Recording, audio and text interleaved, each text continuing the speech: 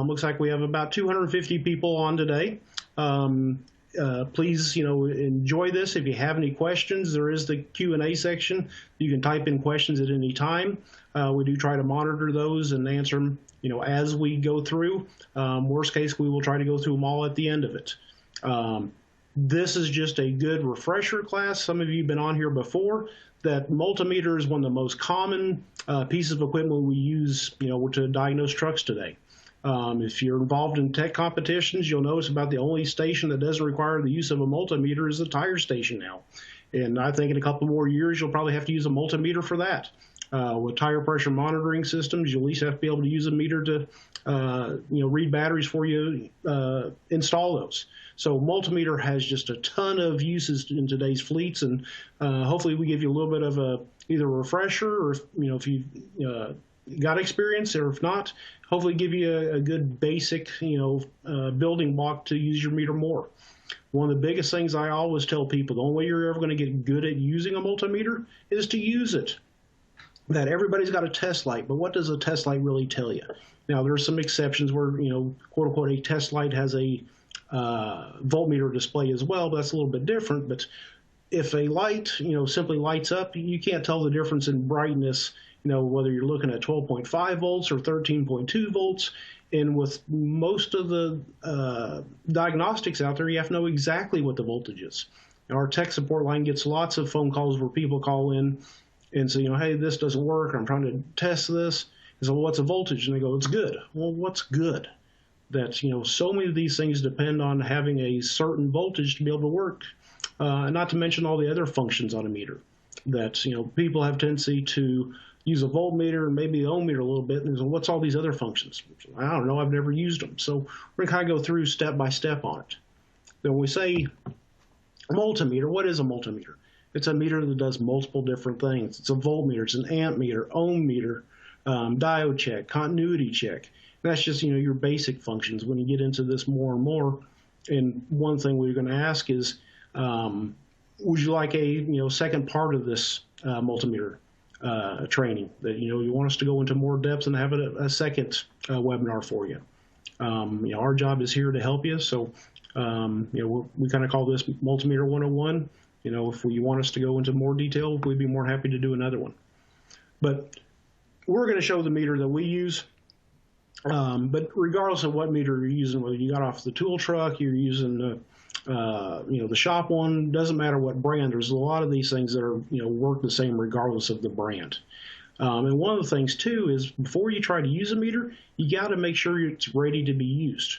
And one of the first things is a battery check. When you turn your meter on, if you get a little battery symbol, or depending on what meter, some of them will actually come up on the screen and say BATT. What that's telling you is that internal battery is too low. And for a lot of the tests, if that battery doesn't have enough, energy in it, the tests aren't going to work right. So whether you get a little icon like this one that kind of looks like a AA battery, or you may get one that looks like a car battery, or again, the screen may display, BATT. Any of those are telling you that internal battery is low and you need to replace it before you go any further. Most meters use just a common 9-volt battery. One thing I always tell people is you ought to treat your multimeter like you do a fire alarm. What are you supposed to do, or a smoke detector or a fire detector? What are you supposed to do every year with those? Replace the battery. You want to make sure that thing is good. The other thing too is I highly recommend you buy a good battery. Don't buy, off-brand just because they're cheap. You don't want to ruin a perfectly good meter because you bought a cheap battery that starts leaking acid, and then you get corrosion inside that meter. So buy a decent one. Change it out once a year. You may even mark on it and say, hey, when did I last replace it? The other thing you got to make sure is your leads are good. That if you turn your meter on the ohms function, which is just the upside down horseshoe or the Greek letter omega, that is ohms. Take your two leads and touch them together. It should zero out, saying that your leads are good and your meter's in calibration. If it doesn't zero out, it says we have something wrong with that meter. And a high-tech tool we came up with years ago was take a paper clip, take both your meter leads out, and put that paper clip where those leads should be. What we're doing there is taking the leads out of the equation and checking the meter itself. If it zeros, says, hey, your meter's good, now you got to check your leads. If it doesn't zero at this point, it's telling you there is something wrong with that meter and you need to send it in and get calibrated. A lot of times someone will tell me, well, I just subtract whatever it is. Well, that's kind of a hand grenade or horseshoe approach to it where close is good. That can very easily skew your readings and not give you a fair test on a component, and you can replace a component that doesn't need to be simply because you didn't get a good meter reading. So if we check the meter is good, we can check those leads. We're going to put just the red lead back in right now and put the tip of it where the black lead should go, and then we're checking just that red lead. If it zeroes out, you know the red lead is good. You do the same thing with the black lead. Again, all we're trying to do is test the leads themselves. That's one of those things that's important, to buy a good meter, and also make sure you have the ability to send it in and get it calibrated. What do you do with torque wrenches once a year? You send them in and get them calibrated, make sure they're accurate. You should do the same thing with a multimeter. The other thing is you got to make sure you're familiar with it. Whether it's your own meter, if you're borrowing the shop meter, or you're borrowing one of your buddies, is make sure you understand how this meter works. And for what we're talking about right now is the fact that these meters are automatic ranging. What does that mean? That's whenever you put that on DC voltage, it's going to automatically move the decimal point to give you the most accurate reading possible. So if you're on a small 2-volt scale, it's going to move your decimal point and put you on the right scale to get you as accurate as possible. The nice thing about that is that meter is smarter than all of us, and it's always going to move and give you the best resolution. Now, these meters can do manual range, and you just got to make sure you're careful if you do that to take it back off. But 99.99% of the time, auto range for any of the functions is going to be your best friend to make sure you get the best readings you can. Manual, depending upon brand of meter, it's going to have a range button or a manual button, and you're going to look at your screen and it'll actually say, depending upon brand again, it may say MAN manual, or other ones may say auto, and all that's telling you is what function you're on. One of the things that's really common where you will need the manual range is one of our training boards. If it's below 2 volts, that meter has a very hard time locking in on a very low voltage like that. But if you turn it on manual and put it on that low scale, it will do a much better job of locking in and reading it. Now, the thing is, whenever you do that, you got to make sure when you're done, put it back. If you left it on, say, a 2-volt scale and you put it across a battery that's at 12.5 volts, what's a meter going to display? Oh, well, does that mean there's nothing there? No, it just simply says it's seeing much higher than that range was you said it was going to see. You put it on a 2-volt scale, it's above it, so it shows OL, out of limits, out of luck, whatever you want to call it, but you're beyond the range, so you need to make sure to turn it off, turn it back on, and get back on manual range, or on automatic range. Again, very important that if you're not familiar with it, I've seen people spend a lot of time trying to check something and they don't realize what that meter is doing or how it truly works. The other thing people don't always use on a multimeter is the hold function. The hold function is very important. That, again, some of you have used our training boards or whatever. Sometimes it's very hard to hold 2 meter leads, take a resistance and either write it down or go back and check the service manual or service bulletin. Hold function will allow you to freeze that reading on the display of the meter. So you can, freeze that resistance or that voltage, go back to the bulletin, say, yeah, it is in spec or not in spec. So very handy to use. I'm not the most coordinated person, so a lot of times that hold function can really save you when you're trying to do some of these readings. The other thing too, was ever you using your meter, is you got to make sure you understand the range or the limits of it. This particular meter that we're showing here will read anywhere from 0 to 1,000 volts, not only on AC but also on DC. The other thing too is make sure you understand how your meter toggles between AC and DC. On this particular meter, you use the mode button and it'll toggle, and you'll see on the screen where it shows an AC or DC verbiage, and then also the little schematic symbol for it. If you're trying to check, a 12-volt system and you had it on AC, would you read something? Yes. Is it going to be the right answer? Obviously not. So just make sure you understand. Other meters, it may be a different position with the knob, but make sure you do understand, and also know those limitations. That if you were to put this meter across something that was, say, 1200 volts, what would it read? Again, the answer is, oh well, because you're out of the limits of the meter. That does definitely not mean there's nothing there. Don't be touching it and find out the hard way.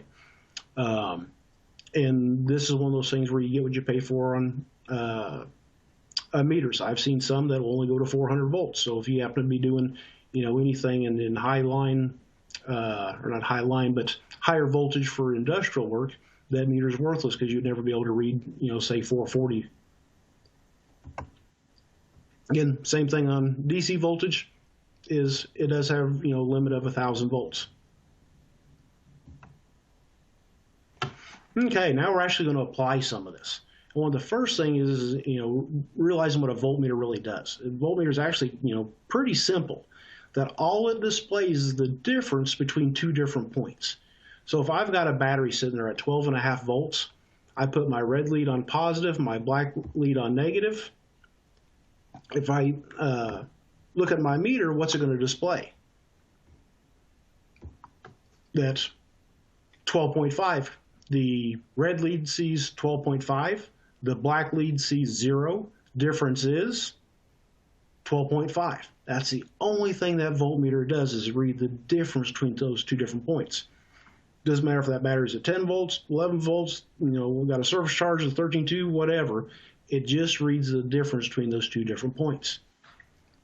That's how everybody always wants to use one.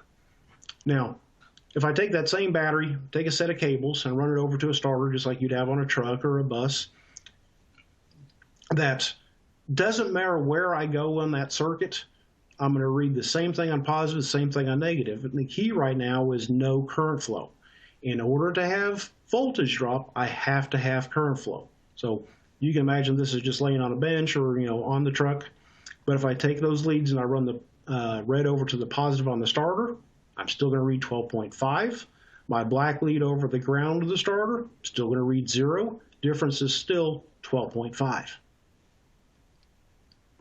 I can move those meter leads anywhere I want to. I can put the red one on positive, and I can put the battery, and I can put the black one on the starter or negative.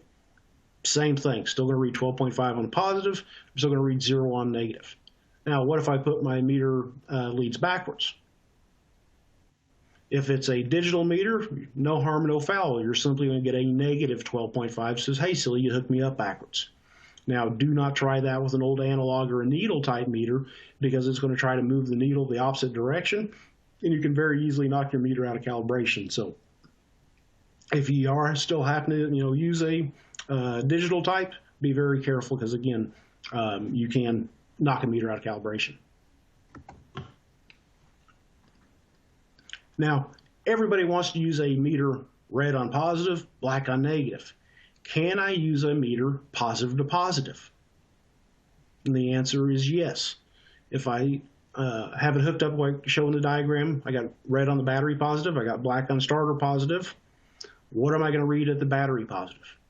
12.5. What am I going to read at starter positive? 12.5. Difference is 0. So my meter is going to display 0. Again, the thing we have to keep in mind, though, is we don't have any current flow, so we can't have voltage drop.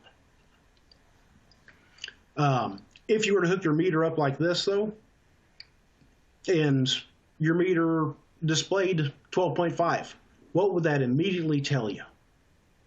I'll give you a second to think about that. But red lead on battery positive, black on starter positive, but my meter says 12.5 instead of 0 like it should. That should immediately tell you you have a break in that cable. That's the only way that would happen. Now, Typically, that's never going to happen on a big, starter cable, but these same rules apply no matter what the circuit is, whether this is a blower motor circuit or, a clearance light circuit or whatever. That should immediately tell you. We've done this on some of our training boards before, and people get so in tune to looking for that 12.5, they will find a problem. The meter just said, hey, here's the issue, but people will walk right past it, assuming that is a good reading when it should have been a red flag to say, hey, this is where the problem is. We have to have a break in this wire, otherwise we couldn't get that reading. And if I do it on positive, can I do it on negative? The answer is yes. I got one lead on starter positive, one lead on one lead on starter negative, one lead on battery negative. See 0 at each end, difference is 0. Now, all we've talked about so far has been if it is just sitting there, nothing happening, no current flow. But what would happen if we did have current flow?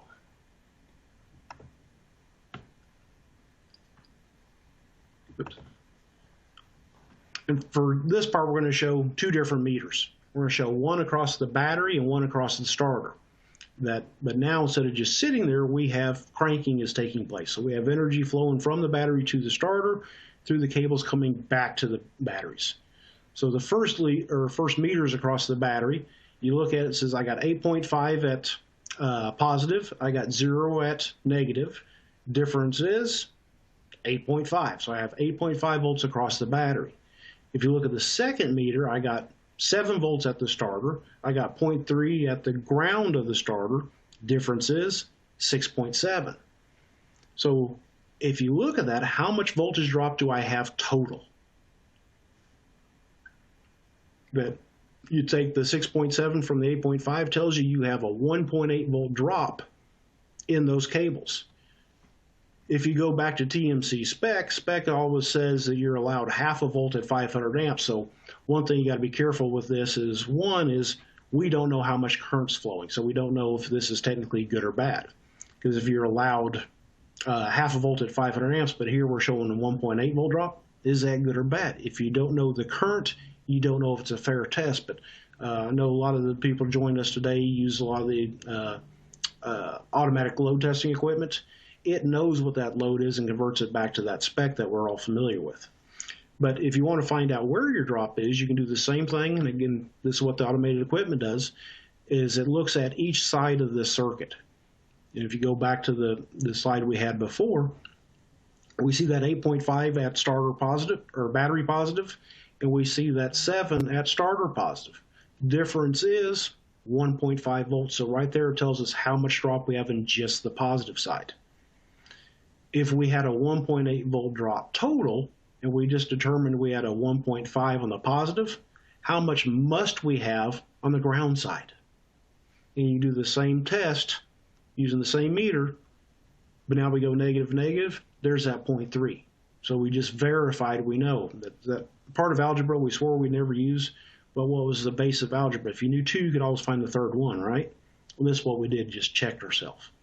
So we had a 1.8 volt drop total. We checked the positive, we had a 1.5, 0.3 on negative, so everything adds up, so we know it was a fair test.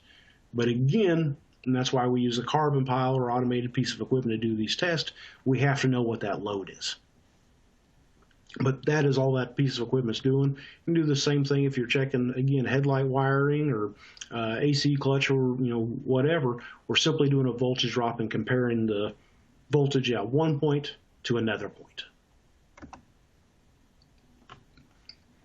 Kind of summarize this is, voltage drop. Voltmeter only reads the difference between two different points. In order to have voltage drop, we have to have current flow. If you don't have current flow, you can't have voltage drop. You can have a wire that's green and fuzzy and in terrible condition, but if you're not pulling any current through it, you're still going to read, voltage at the other end and not see what's wrong with it. Next thing we're going to talk about is an ammeter. There's two different types. One of them is made into your multimeter, the other one's a separate type of piece of equipment. But the first one we're going to talk about is an inline or a shunt type meter. And just like we talked before, is before you use your piece of equipment, you got to test it and make sure it works properly. If you loaned your meter to your buddy and he hooked it up wrong and blew your fuse, obviously your meter's not going to give you a good result. So before you use it, you got to check it. Most meters will allow you to check them this way. Again, you just turn your meter to the ohms again, and you put the red lead up in that upper left port, which would be the 10 amp port, and you should read a fairly low resistance value. And what you're actually reading is the element inside that fuse. If you read an OL, tells you that internal fuse is blown. Before you can go any further, you got to replace it. Depending upon brand of meters, a lot of meters have a milliamp and a 10 amp, and some only have a 10 amp, and there is some brands that have a 20 amp. If it does have the milliamp, you can check it the same way. There is differences in meters on this, and some will not allow you to check it because of the way the circuitry is done inside. So you may have to open the meter up to check the milliamp fuse. And this is what those fuses look like on the inside. The one on the right is the 10 amp. One left is a 400 milliamp fuse. These are special fuses. If you do something silly and you blow these fuses, you cannot replace them with a Wrigley's wrapper. You cannot replace them with a 22 shell. You cannot replace them with a fuse out of your old Ford pickup. These are special and are designed to protect that meter. So if you do blow them, you got to replace them with the right type. And they're referred to as a fast-acting, slow-blow fuse. So they are special. They are not cheap. So anytime you use this meter or function on your meter, make sure you're careful what you're doing. Where would you use this? A lot of times guys say, I've never used that function. Why do I care? Well, there's some times it can be very important. Is one, you want to check what something actually pulls. Whether you're working on something at home or you're working at the shop, for work, that, hey, how many amps does this marker light pull? Or how many amps does, this device that the driver added, how much does it pull? This meter will allow you to very accurately read that. One of the probably most common times I use it is if I'm out in the field and you got a complaint of, every Monday morning this truck's got dead batteries. Well, it's one of two things. It's either A, something is staying on, and we already went out there and checked and made sure the driver unplugged his refrigerator or whatever. We could not find anything obvious left on. Or the other one for that is maybe you have a defective battery. If you want to do the lazy way, you just pull the battery cable on Friday. Monday morning, come back in, hook the cables back up, and if it cranks, it tells you, hey, it's not a battery problem, it's definitely a parasitic problem. But if you want to measure it, this meter is very handy to do that. Before we do that and just put our meter in, we want to make sure we're protecting it. When we talk about those special fuses, that 10 amp one is about a $15 fuse, so you really don't want to do silly things too often and have to keep replacing that fuse. But if we're going to do a parasitic check, we want to look at putting our meter in line so we can get an accurate reading of how much current is coming out of those batteries. That when we use this type of meter, we have to break that circuit and put the meter in line. Before you put that expensive meter in line, though, you can use just a cheap inline fuse holder and put a couple alligator clips on both ends of it. You pull that ground cable and put that fuse holder in line. If it blows that fuse, it immediately tells you you have more than a 10 amp load. Don't be putting your meter in line. If it doesn't blow, it should be safe. And now we can take our meter and put it in parallel to it. The reason we do it like this is, anytime you disconnect a battery or reconnect it, you all see that spark. Because if you disconnect it, all those devices are trying to stay powered up. So when you disconnect, it's going to try to jump that air gap to keep current flowing. Whenever you reconnect it, as soon as it can jump that air gap again, or as soon as you make contact, you're going to get an inrush of energy trying to recharge all the capacitors that are in all the devices. Especially like an inverter has some very large capacitors in it because of surge loads.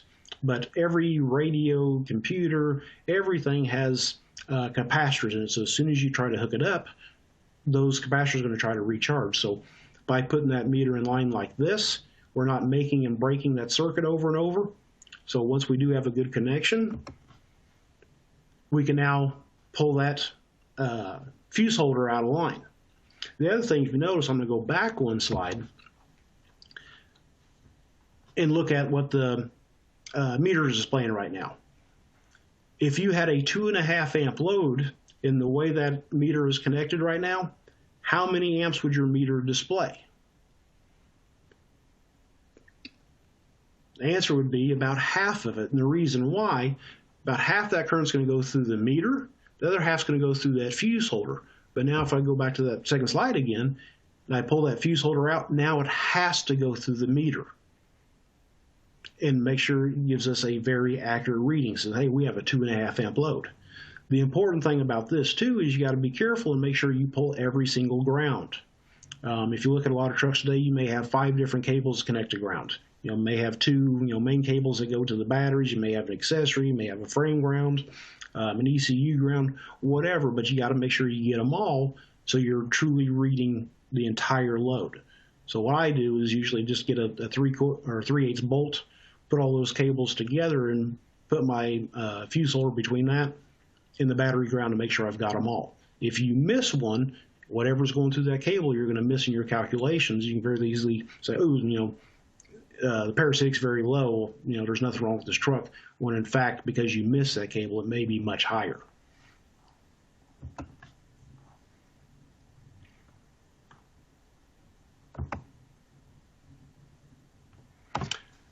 Again, we talked about before, a lot of meters have that milliamp function. First off, how many amps is 400 milliamps? Well, answer is 0.4 amps. That's not very much. If you ever wanted to read something very, very accurately, that milliamp function is great. The problem is it is so low that if you were doing this test trying to do a parasitic check and your buddy came and opened up the door and says, hey, what are you doing? Just, I'm buying another fuse, thank you very much. Because even just a dome light, you can exceed that 0.4 amps very easily. So most technicians, I don't even tell them to ever use this. The 10 amp function is going to give them all the resolution they need and be as accurate as they're going to need for that. The milliamps much more electronic type testing. So 10 amp will cover everything most techs are ever going to use in the field. So try to avoid it, because usually the first time they use it, they blow that fuse. But you can use the the same way. Just again, be very, very careful. Next type of ammeter we're going to talk about is an inductive or a clip-on ammeter. That anytime we have electricity flowing through a conductor, if you look at the picture there, that we have current flowing, and whenever that current flows through that cable, it generates a magnetic field or a magnetic flux. We have what's called the right-hand rule of electricity.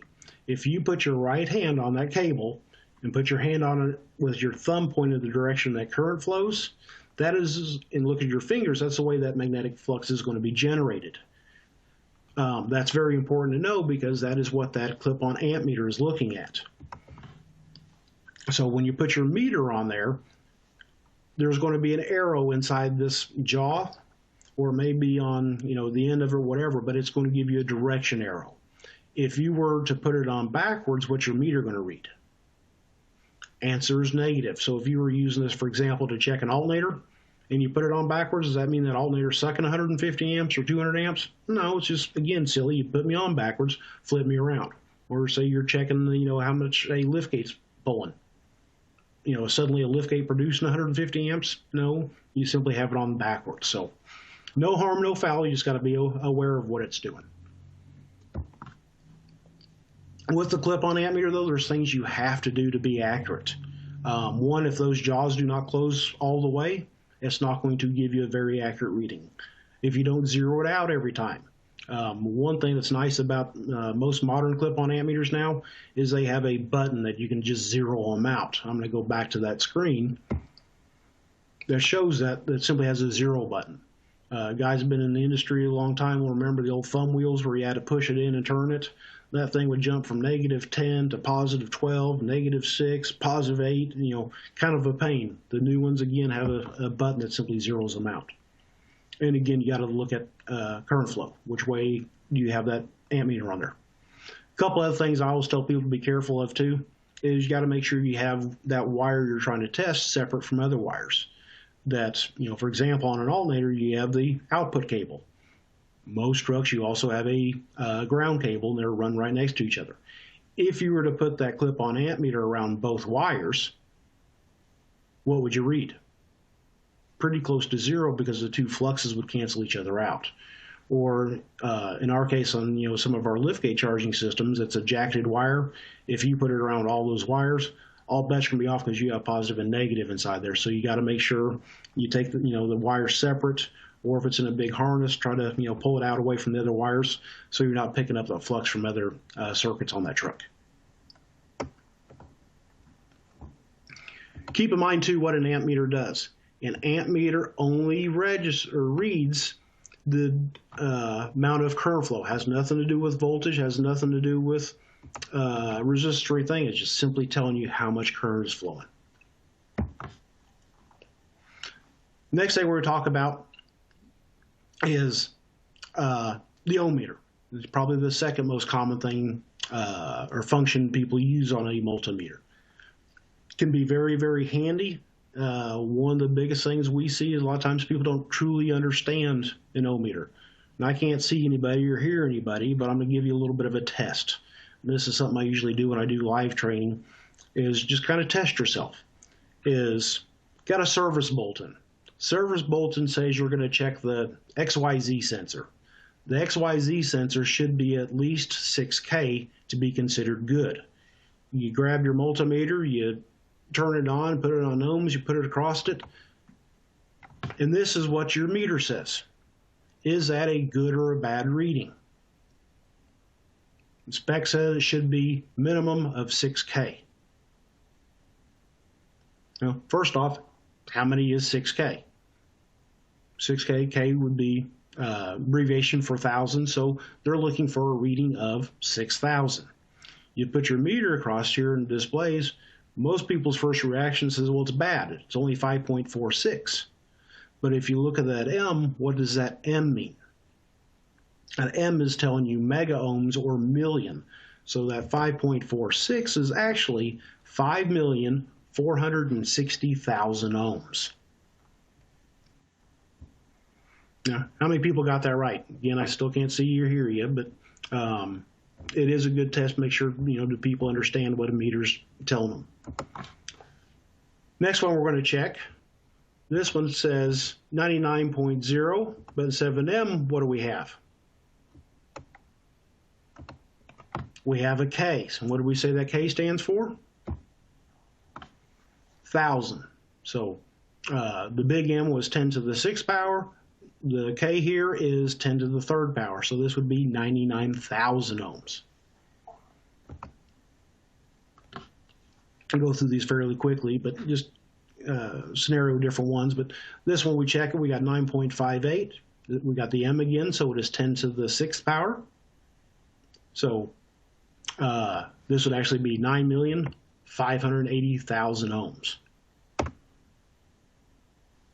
One more. Now, some of you that have met me in person, done some of our Super Tech events or other events across, is I am a stickler that when my son was 10 years old, he could put a meter across something and he could write down what the meter displayed. Did he have a clue what that meter told him? No.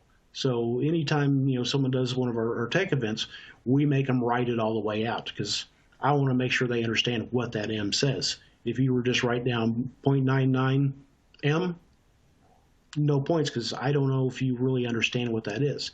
Now, I'm a stickler for that, but also at the same time too is I do allow people to round up. So quick, easy answer: how many ohms is this? Answer would be 1,990,000. That if you were to write that down, I would understand that what that meter is displaying. Next one here, 9.76K. Again, we're on the 1,000 scale, or 10 to the 3rd power. Quick, easy answer. The answer comes to 9,760, but 10,000 ohms. Now, why do we have to do this? Because nobody wants to buy a multimeter that's got 20 digits across it, and try to display that. So all meters use this as an abbreviation. Another one, 21.71K, or 21,000, 22,000, but 21,710. Another one here is we have 0.546K. This a lot of times can confuse people because they see the K but it's also a 0.5. So that reading, most meters, if it's over 500 ohms, puts on the kilo ohm scale. So that would actually just be 546 ohms.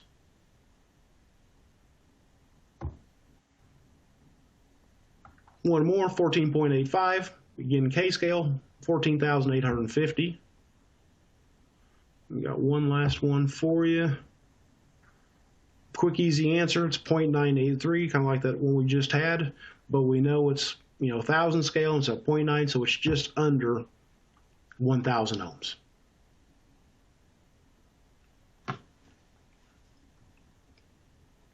And 3.29, or 3.239, so 3,239 ohms.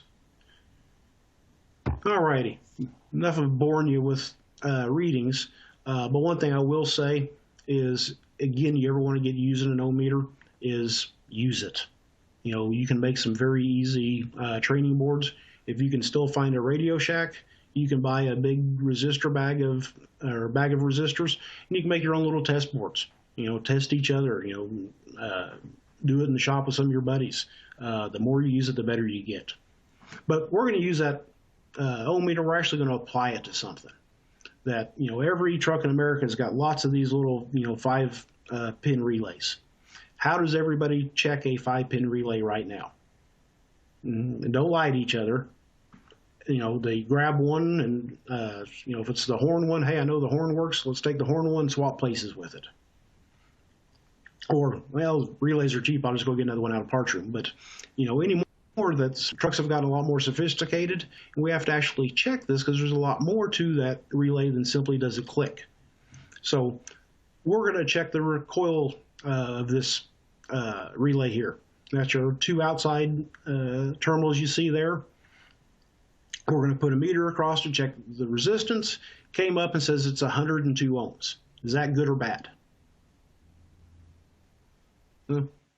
It's good. Well, the slide said it's good, but how do I know it's good? The only way you're going to know that is you have to get the specs for that relay, or any other component you're working on. If you don't know what the specs are, you can check it all day long, but how do you know if it's within the right range of resistance? So you have to know, otherwise it's kind of a worthless practice. But I went back through on this particular brand, and I know the resistance is supposed to be between 100 and 105 ohms. This one is right where it should be. Now, if we use Ohm's law, we can take the voltage, divide it by the resistance, and it tells us what that coil should pull, which came out to 0.12 amps. So, if you look at this in the good old days, and I always go back to asking people, where's the first time you ever used a relay? More often than not is you had your old pickup truck, you went to the parts store, you bought a set of off-road lights. It came with a toggle switch and a relay. What did most everybody do with that relay?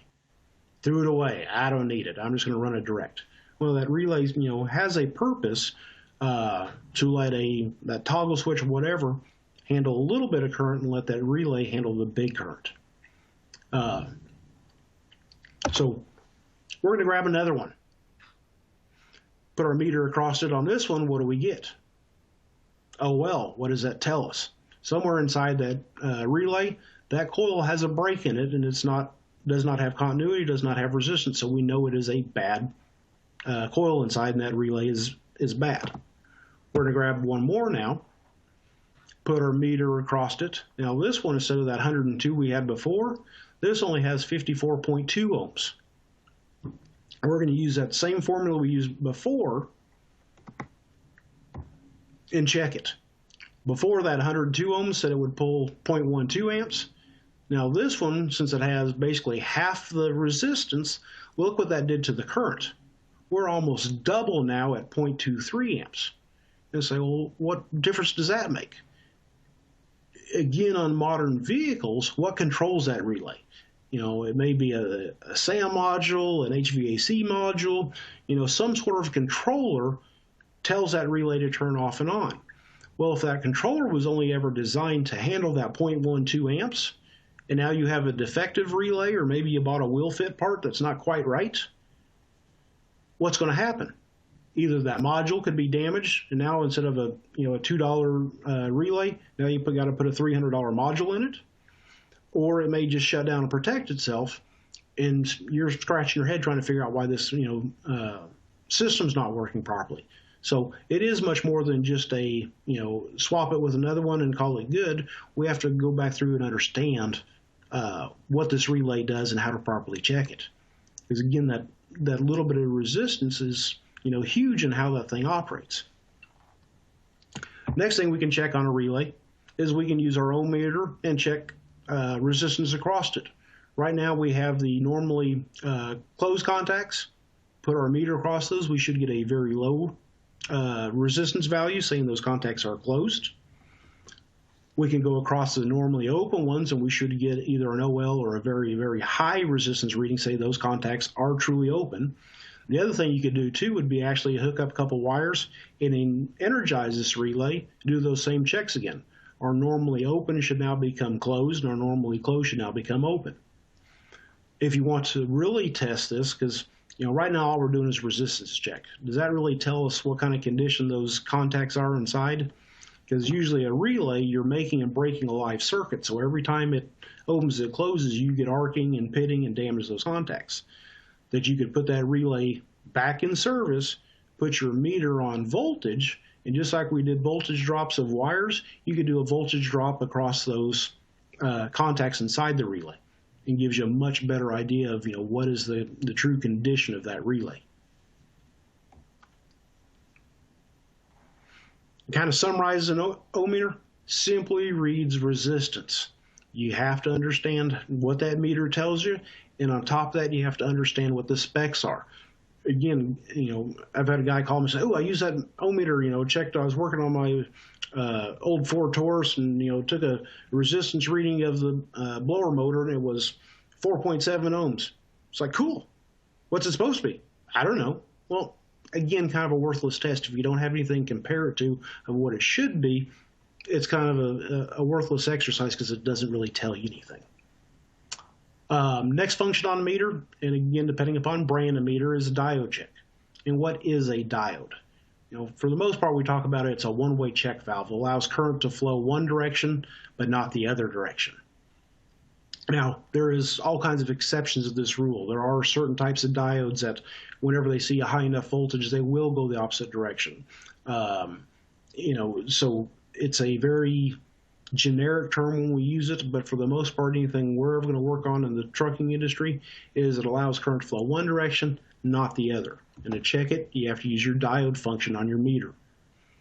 That just the same symbol we showed you before, most meters are going to give that on the screen.